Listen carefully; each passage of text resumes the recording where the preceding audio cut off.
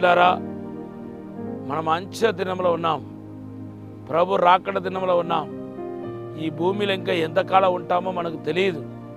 ఎందుకంటే మనము బైబిల్ను పరిశీలన చేసి చూస్తే యేసుక్రీస్తు రాకడ త్వరగా ఉన్నట్టుగా అనిపిస్తుంది. అంతేకాదు, నాతో దేవుడు పలుమార్లు చెప్పిన మాట ఏంటంటే, వీఆర్ ద లాస్ట్ జనరేషన్. ఈ జనరేషన్లోనే యేసు ప్రభు రాబోతున్నాడు. మరి అలాగున్నప్పుడు ఇంకా మనము ఈ భూమిలో చేయాల్సిన ఒకటి ఉంది, ఇంకా బాకీ ఉందంటే అది ఏంటంటే దేవునికి పరిచర్య చేయటం. మీలో చాలామంది పెద్దలకు చెప్తున్నాను, చాలామంది మరి మీ యొక్క సమయం, మీ ధనము, మీ బలము, మీ శక్తి, జ్ఞానం అన్నిటినీ మీ పిల్లల కొరకు, మీ కుటుంబం కొరకు, తోడపుట్టిన వాళ్ళ కొరకు, వాళ్ళకు వీళ్ళకు స్నేహితులు బంధువుల కొరకు మొత్తం ఖర్చు పెట్టారు. మీ సమయం అంతా వాళ్ళకే ఖర్చు పెట్టారు. ఇప్పుడు మిగిలి ఉన్న కొద్ది దినాల్లో మీరు దేవుని పని కోసం, దేవుని కోసం ఖర్చు పెడితే చాలా బాగుంటుంది నా ఆలోచన. దేవుని పని చేయాలని ఆశ ఉంది, కానీ నాలాంటి వాళ్ళని దేవుడు వాడుకుంటాడా? అయితే దేవుని సేవకి ఒకవేళ వాడుకోవాలని దేవుడు ఉద్దేశం కలిగిన నేను ఎలా వాడపడతాను, నేను ఎలా సిద్ధపడతానని మీరు ఒకవేళ చెప్పవచ్చు. దేవుని బిడ్డలారా, వెరీ సింపుల్. నేను కొన్ని మాటలు మీకు చెప్పాలని ఆశపడుతున్నాను. మన కృపాయుగంలో ఉన్నాం, పాత నిబంధన కాలంలో కాదు, కృపాయుగంలో ఉన్నాం. మన హృదయాన్ని దేవుడికి సమర్పిస్తే దేవుడు ఖచ్చితంగా మనల్ని వాడుకోవటానికి ప్రారంభిస్తాడు. అయితే బేసిక్ ఏంటంటే, దేవుని పనిలో ముందుకు సాగాలని కోరుకుంటున్న వారు బేసిక్ ఏంటంటే, మొదటిగా శుద్ధీకరించబడిన హృదయము, పశ్చాత్తాప హృదయం అని నేను చెప్పగలుగుతాను. లూకాసు వార్త 5వ అధ్యాయంలో 8వ వచనం చదివితే, పేతురు మరి చేపలు పట్టే జాలరుగా ఉన్నప్పుడు ఆయన పశ్చాత్తాపడ్డాడు.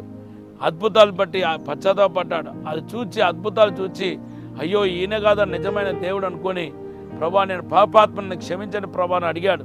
అదే లూకాసు వార్త 5:8 చూస్తున్నాం. ఆ పశ్చాత్తాపడగానే ప్రభు ఏమంటున్నాడంటే, వెంటనే 5:10 మనుషులు పట్టే జాలరుగా చేస్తున్నాడు. వెంటనే సేవకుడు అయిపోయాడు, యేసు వెనకాల వెళ్ళిపోయాడు. అంతేకాదు, అక్కడ మీరు చూస్తే ప్రార్థన కూడా చేస్తున్నాడు. ప్రభా నేను పాపాత్ముడని ప్రార్థన చేస్తున్నాడు. దేవుని బిడ్డలారా, సేవకుడికి ఉండాల్సిన రెండవది ప్రధానమైన లక్షణం ఏంటంటే, మనం ప్రార్థన పరులుగా ఉండాలి, దేవునితో సహవాసం చేయాలి. నా దగ్గరికి చాలామంది వస్తారు. మేము స్కూల్ ఆఫ్ డునామిస్ అని ఒక బైబిల్ తరపుది కూడా నడిపిస్తున్నాం. దగ్గర 8,000 మందికి తరపుది ఇచ్చాం. దేవునితో సహవాసం చేస్తే చాలండి.